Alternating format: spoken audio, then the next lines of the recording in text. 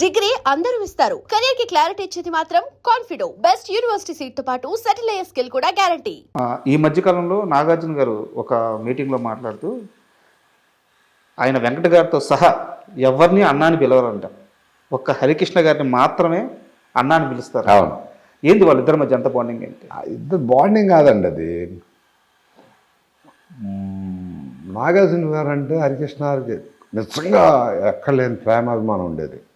భయంకరంగా నాకు అప్పుడప్పుడు ఫోన్ చేస్తా కూడా, తమ్ముడు ఎలా ఉన్నాడురా ఏంటి, క్యాజువల్గా ఉన్నప్పుడు ఆయన నాతో మాట్లాడుతూ ఉండేవాడు. అన్నయ్య బాగుంటా, తమ్ముడు బాగున్నాడా, అవి ఉన్నాయన్నాడు. అంటే ఆ తెలియని ఎఫెక్షన్ అండి వాళ్ళిద్దరిది. ఇప్పుడు ఎఫెక్షన్ ఎందుకు పుట్టుద్ది అనేది ఎవరు చెప్పలేడు నాన్న. ఫలానా చేస్తేనే ఎఫెక్షన్ ఉంటుంది, ఫలానా చేయకపోతే కోపం వస్తుంది అని చెప్పడానికి లేదు. ఎఫెక్షన్ అనేది ఎందుకు పుట్టుద్దో తెలియదు. నాకు అట్లాగే కదా, మరి చిన్నప్పటి నుంచి ఆయనతో తిరిగాను, ఆయన అంటే ఇష్టం. ఆ ఇష్టం ఎందుకు ఏర్పడుద్ది అంటే చెప్పలేం. అది మంచి మూమెంట్ ఏమైనా ఉందా వాళ్ళిద్దరి మధ్య? హరికృష్ణ కదా, రాత్రి నాకు హరికృష్ణ సీతారామరాజు చేసేవాడు 10:30-11 ఫోన్ చేసేవాడు. చంద్ర రేపు పొద్దున మన లొకేషన్లో 3:30 కొంటున్నాం అనేవాడు. తెల్లవారుజాము 3:30కి. ఎక్కడది? శంషాబాద్ పాత గుడి ఒకటి ఉంది కదా, ఆ గుడి. సార్ తెల్లవారుజాము 3:30 ఏంటి సార్ అంటే, వస్తున్నావా రావట్లేదా? వెళ్ళేవాడిని. ఆ చిన్న బడ్డీ కొట్టు ఉండే, టీ కొట్టు, అక్కడ కూర్చునేవాడు. ఆయన వచ్చేవాడు, నేను వచ్చేవాడు. అక్కడి నుంచి లొకేషన్కి వెళ్ళాను. ఇట్లా ఆ సాంగ్ చేస్తున్న, గుళ్ళో సాంగ్ చేస్తున్న అన్నాళ్ళు 3:30కి మేము కలిసేవాళ్ళం. 3:30కి వెళ్ళి ఆయన 3:30కి ఉండేవాడు, నేను 3:30కి ఉండేవాళ్ళం. అంటే 12 గంటలకి, 1 గంట 2ంటికి బయలుదేరితే 3:30కి అక్కడ ఉండేవాళ్ళం. మేము వెళ్ళి కూర్చుంటే అసలు ఎవరు వచ్చేవాడు కాదు. ఏది లైట్ మ్యాన్లు కానీ కెమెరాలు కానీ ఏ వచ్చే కాదు. అలా 3:30 కల్లా పిలిచి మరి ఒక్కోసారి ఆయనకి ఇష్టమైతే నువ్వు 5ంటికల్లా హోటల్కి వచ్చేయలేనివాడు. ఆయన వారి హోటల్ ఉండేది కదా, రామకృష్ణ స్టూడియోలో హోటల్ ఉండేది కదా, వెళ్ళేవాడిని. కావాలని ఏడిపించేవాడు అనమాట, అంతే. దాని తర్వాత హరికృష్ణ గారితో ఇంకేమైనా సినిమాలు చేశారు సార్ మీరు? చేయలేదు. అదొకటే రాష్ట్రం. కాకపోతే బాగా కలిసేవాడు. మా మదర్ పోయినప్పుడు కూడా ఇంటికి వచ్చారు ఆయన. ఓకే. ఎప్పుడు ఆయన గుర్తొచ్చినా కూడా ఫోన్ చేసేవాడు, రమ్మనేవాడు. ఆ ప్రేమతోనే జూనియర్ అంటే ఎక్కువ ఇష్టం నాకు. జూనియర్ అంటే ఎప్పుడన్నా కలిసారా? జూనియర్ బాగా కలుస్తాం. హరికృష్ణ గారి దగ్గరికి వెళ్ళేటప్పుడు ఆ చిన్నప్పుడు ఎప్పుడన్నా చూసారా? చిన్నప్పుడు అంటే మన ఈ సినిమాకి వచ్చేవాడు, మన అదే మన హరికృష్ణ సీతారామరాజుకి జూనియర్ వచ్చేవాడు. అవునా? వచ్చి ఉండేవాడు, మాట్లాడుతూ ఉండేవాడు. అట్లా పరిచయం. మళ్ళీ వాడు ఎలా ఉండేది అల్లరి? ఏ ఇప్పుడు పెద్ద హీరో అంటే ఓకే, కానీ అప్పుడు చేసేవాడు అన్నేవాడు. పోతే అంటే వాడు ఏమనుకుంటాడో పాపం ఇప్పుడు చూస్తే. కానీ అమ్మ వాళ్ళు ఫ్యాన్స్ అందరు కదా, ప్రేమతోనే కదా మీరు అనేది. ప్రేమతో అన్న అంత చాలా చిన్న కుర్రాడు, అంత 10-12 ఏళ్ళ కుర్రాడు అప్పుడు పెట్టేవాడు. తర్వాత అక్కడికి వెళ్ళేవాళ్ళం. నాని, ఇప్పుడు ఎమ్మెల్యే నాని ఉన్నాడు కదా, నాని బాగా హరికృష్ణారామట ఉండేవాడు. జూనియర్ ఎన్టీఆర్ వీళ్ళంతా వచ్చి బ్యాచ్ అనమాట. నాని ఏడిపించటం. నాని కూడా 12 ఏళ్ళ నుంచి తెలుసు, చిన్నపిల్లడు జూనియర్ ఎన్టీఆర్ మా కళ్ళ. కాకపోతే ఒక చెయ్యి కాలు సరిగ్గా ఉండేది కాదు, ఒక దగ్గర ఉండేది కాదు. హోటల్ రూమ్లో పైన దూకటం చేయటం. అప్పుడే నన్ను పెట్టి సినిమా తీయన్నా మావా అనేవాడు. నాని తీస్తానే అనేవాడిని. అది చూస్తే పొట్టికి ఎంత ఉండేవాడు. ఏం సినిమా ఇంక పెరగాలి, చాలా టైం ఉందా అనుకునేవాడు నేను. ఏదైనా మంచి మనుషులు అండి.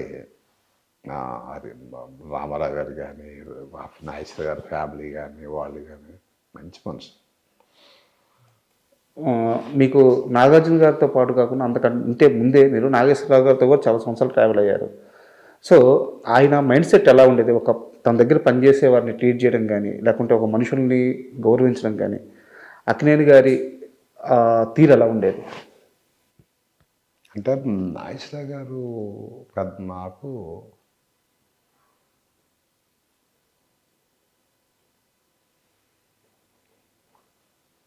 తీరి అంటే అదొక లైఫ్ నాన్న. అది ఎట్లా అంటే గౌరవ మర్యాదలు ఎక్కువ ఇచ్చేవాళ్ళం. ఇప్పుడున్న ఇది కాదు కదా. అప్పుడు పెద్ద హీరో ఆయన దగ్గరికి వెళ్ళటం చేయటం అదంతా అది ఎలా చెప్పాలి అంటే ఒక డిగ్నిఫైడ్ తీరి అంతా డిగ్నిఫైడ్గా ఉంటాం. ఆయన రావటం, ఆయన పని ఆయన చేసుకెళ్ళటం, అట్లా అట్లా ఉండేది. అనవసరంగా అంటే ఇప్పుడున్నట్టు కాకుండా ఆయనకి ఇచ్చిన క్యారెక్టర్ ఏంటి అవి ఏంటి అట్లా అంతే. అది అంటే మీ జర్నీ మొత్తం ఆయన చూశారు.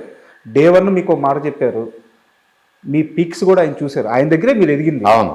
సో ఏ రోజన్నా పిలిచి ఏరా చంద్ర ఈ వయసులో వచ్చావు అలా నేను పంచాక్షరి ప్రొడ్యూస్ చేసినప్పుడు ఓకే ఆడియో ఫంక్షన్కి పిలిచారు. ఆయన అంత గొప్ప మనిషి అంటే సినిమా ఎన్ని రోజులు ఆడుద్దురా అని అడిగాడు. ఓకే సినిమాకి డబ్బులు వచ్చినాయా డబ్బులు పోయినాయా అని అనకుండా ఎన్ని రోజులు ఆడినా సినిమా పానకుండా ఒక 50 రోజులు ఆడారు. చబాష్. ఫైనాన్స్ అంతా క్లియర్ చేసేసారు.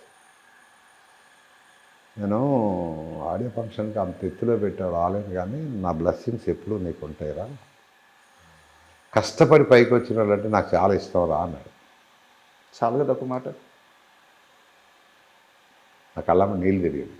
అంటే చాలామంది ఈరిష్ పడతారు కొంతమంది మన దగ్గర టచ్.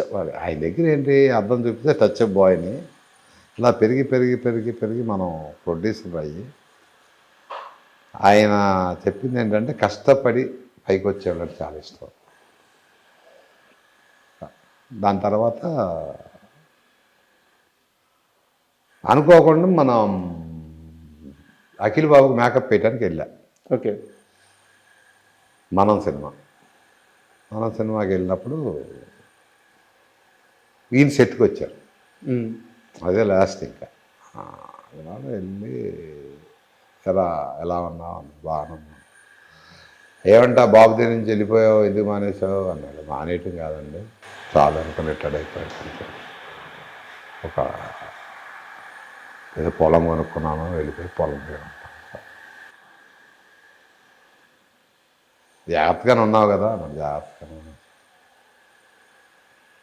లాస్ట్ మాట్లాడింది ఇదే ఆయన, జాగ్రత్తగా ఉన్నావు కదా జాగ్రత్తగానే ఉన్నావు. మీరు గమనించారా మీ జీవిత చక్రంలో 2 మాటలు మాట్లాడారు ఆయన, అది మీ జీవితం.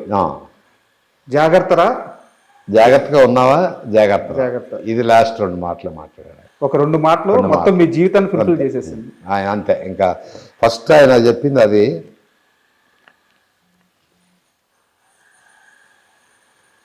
ఉన్నట్లా అవుతాయి.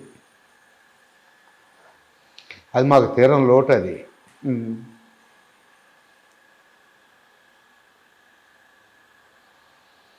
ఎందుకంటే వాళ్ళు ఉప్పు కారం తిని పెరిగిపోయాం.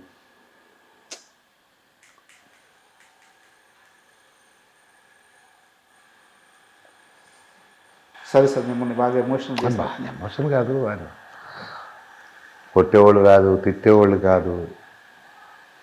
ఎన్ని పనులు మోటార్ సైకిల్ వేసుకొని సుడి అంతా తిరుగుతూ ఉండేవాడు, చొక్కా ఓడవేసి.